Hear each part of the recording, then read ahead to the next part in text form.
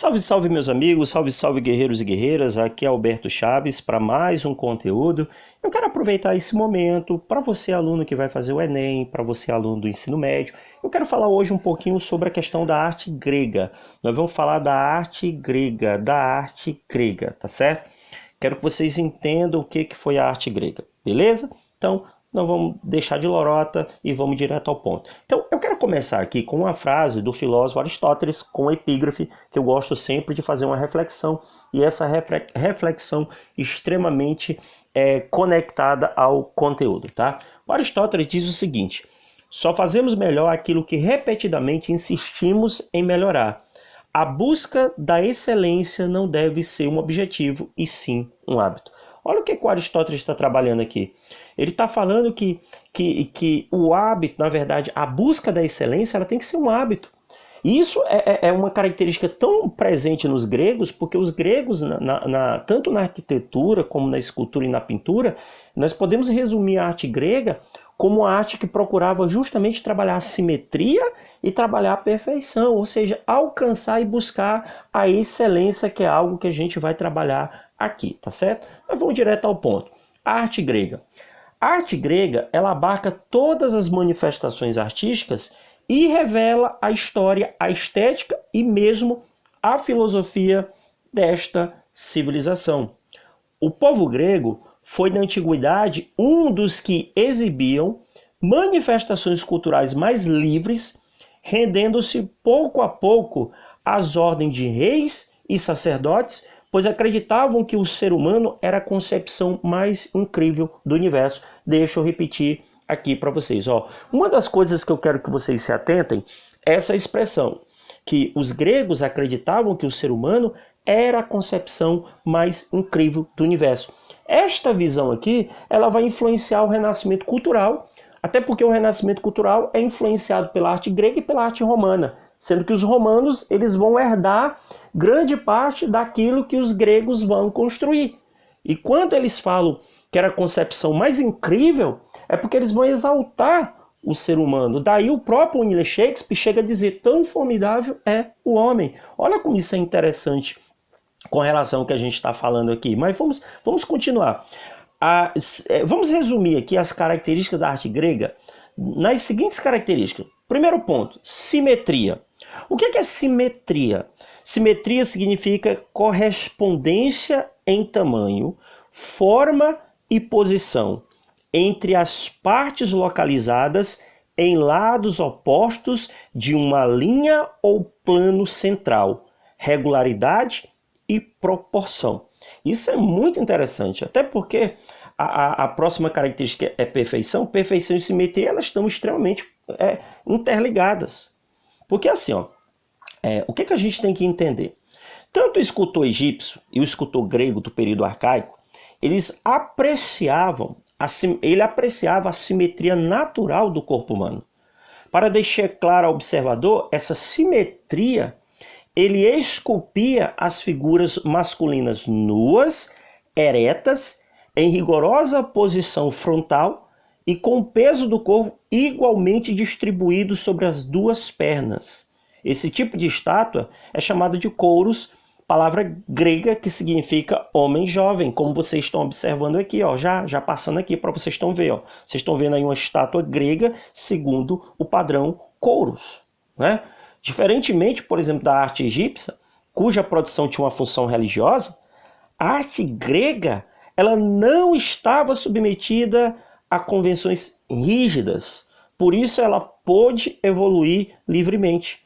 Assim, com o tempo, para o escultor grego, a postura rígida e forçada do kouros, ela passou a ser insatisfatória. E aí é o momento que os gregos eles vão procurar gerar justamente modelos que gerem movimento, né? Que aí é um outro momento que a Grécia vai estar vivenciando, ok?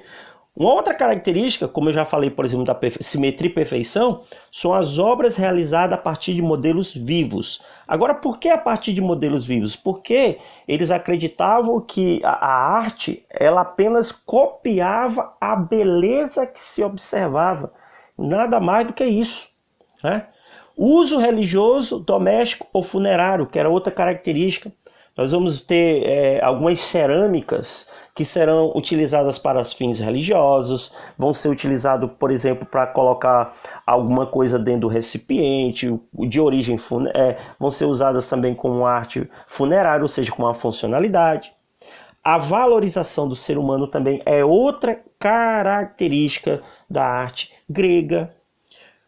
Um objeto belo em si mesmo, então para os gregos, isso aqui é muito forte.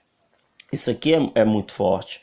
Porque quando a gente vai trabalhar a questão da própria escultura grega, né? A escultura grega, que ele vai dizer que é um objeto belo em si mesmo, onde ele vai procurar representar isso, porque eles acreditavam justamente isso, que a escultura ela gerava esse belo em si mesmo, tá? Porque assim, na busca do artista grego pela superação da rigidez das estátuas de mármore, das estátuas, na verdade, o mármore, ele mostrou-se um material inadequado, pesado demais, quebrava-se sobre seu próprio peso, quando determinadas partes do corpo não estavam apoiadas, e os braços estendidos de uma estátua, por exemplo, corriam um sério risco de se quebrarem. Então, para solucionar o problema, os escultores começaram a trabalhar com bronze, que era uma liga metálica que, além de mais resistente que o mar, permitia criar figuras que expressassem melhor a ideia de movimento. Então, até o material que eles vão usar substituindo o mármore pelo bronze era justamente para representar esse belo em si mesmo. Então, os gregos eles supervalorizavam justamente essa proposta, né?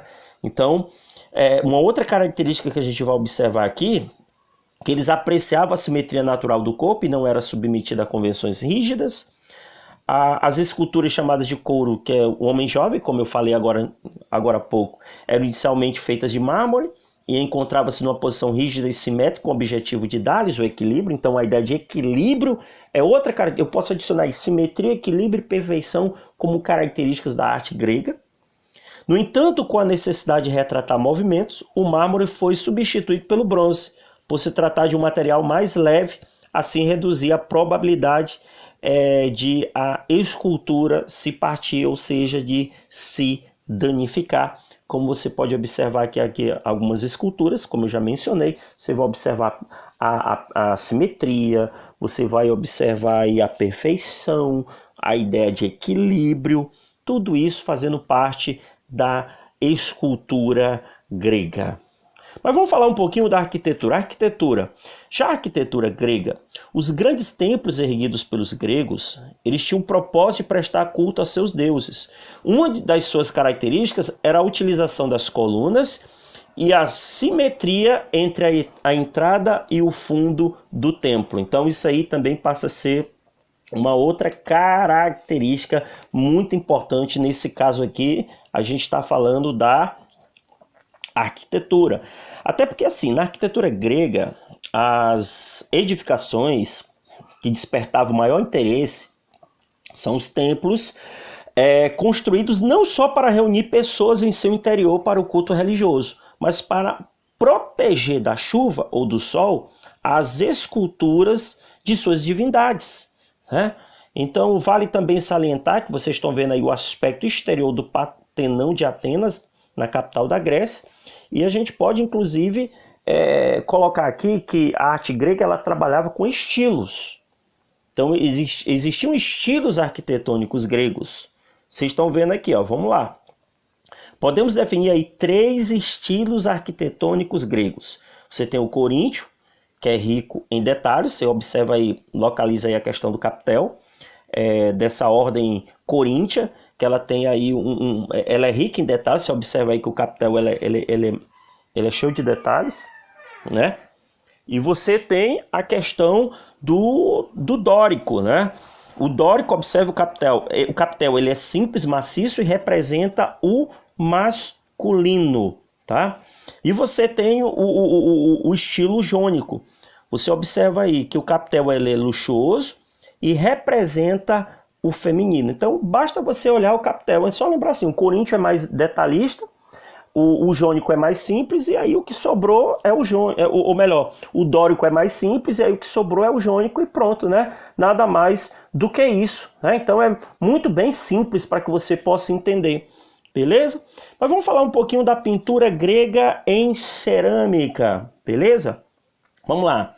A arte da pintura era desenvolvida em cerâmicas, bem como nas paredes das grandes construções. Os vasos nem sempre foram peças de decoração, sendo utilizados no trabalho diário ou para guardar mantimentos, tais como vinho e azeite. Então é bom lembrar que os vasos eles tinham uma função decorativa, mas também tinham uma funcionalidade. Então isso é interessante que vocês observem isso.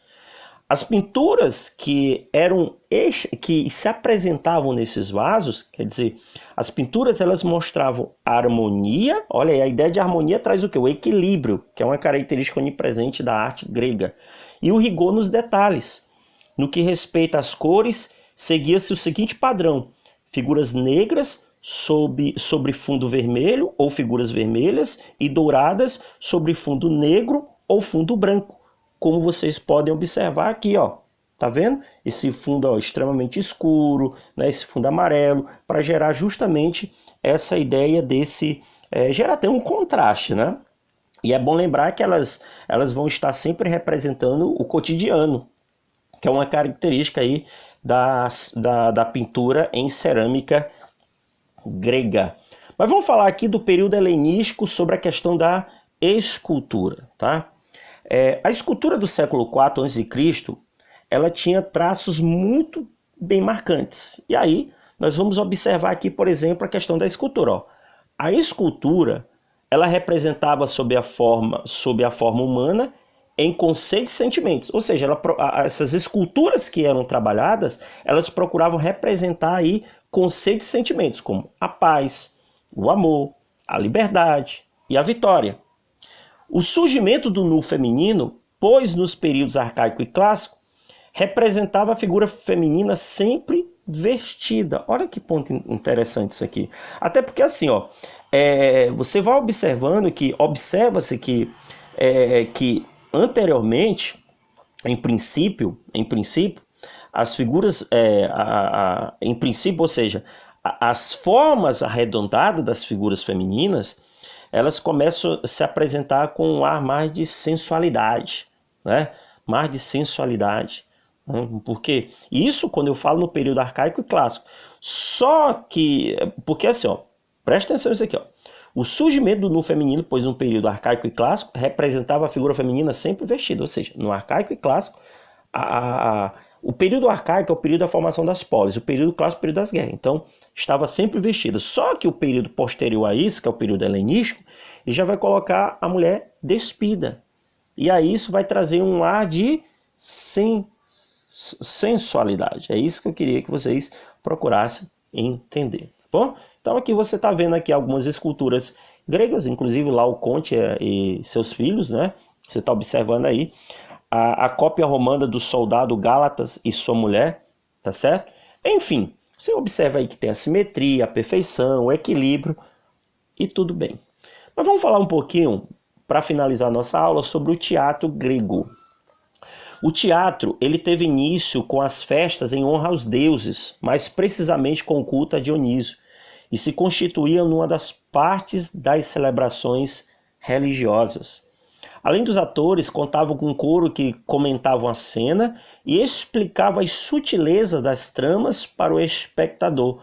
A tragédia grega constitui uma das maiores heranças artísticas desse povo e são ensinadas até hoje. Até porque o teatro ele trabalhava dois gêneros, que era a comédia e a tragédia. A comédia para satirizar o costume da época e a tragédia para divertir que o homem jamais poderia fugir do seu destino. O desenvolvimento artístico do teatro está intimamente ligado à arquitetura dos anfiteatros gregos, que aproveitavam ao máximo a acústica para que todos pudessem ouvir o teatro. Vale salientar que no teatro as representações eram feitas exclusivamente por homens, né? E geralmente as expressões faciais eram feitas com máscaras. Isso era uma tradição do teatro grego. E mais tarde o teatro passou a retratar o cotidiano através da comédia, ok? E aí, galera, deu para entender? Vamos lembrar agora as principais características da arte grega. Primeira delas, a simetria. Segundo, a perfeição. Terceiro, obras realizadas a partir de modelos vivos. Quarto, uso religioso, doméstico ou funerário. E quinto, a valorização do ser humano. Tá aí, gente. Esse é o conteúdo de História da Arte. Aqui é o professor Alberto Chaves. Eu espero que esse conteúdo tenha sido importante para você. Se foi, deixa um comentário, deixa um like. Se não é inscrito no canal, se inscreva no nosso canal, tá certo? Para que a gente continue produzindo conteúdos para você, tá? Fiquem com Deus e até a próxima.